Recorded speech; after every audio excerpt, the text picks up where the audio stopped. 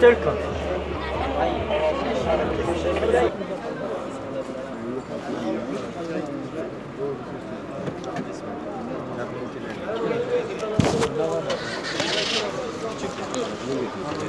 Ulan bir an bir bize kendi yapmıyor bize ulan.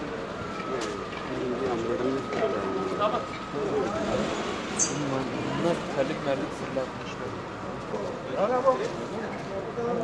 Hayır.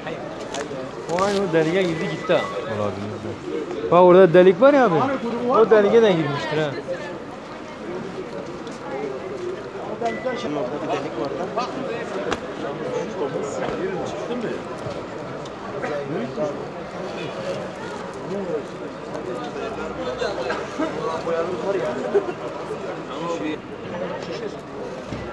Hayır, kanalını niye çalmadın? Büyütermiş lan. Bak tekerin arkasında var. Kısayı ver. Götür kısa geldik. Yok, görmedim. Balık benim. Sen görelim. Valla bir çaldıklar başa ne zaman? İlk gördüm şok oldum ha.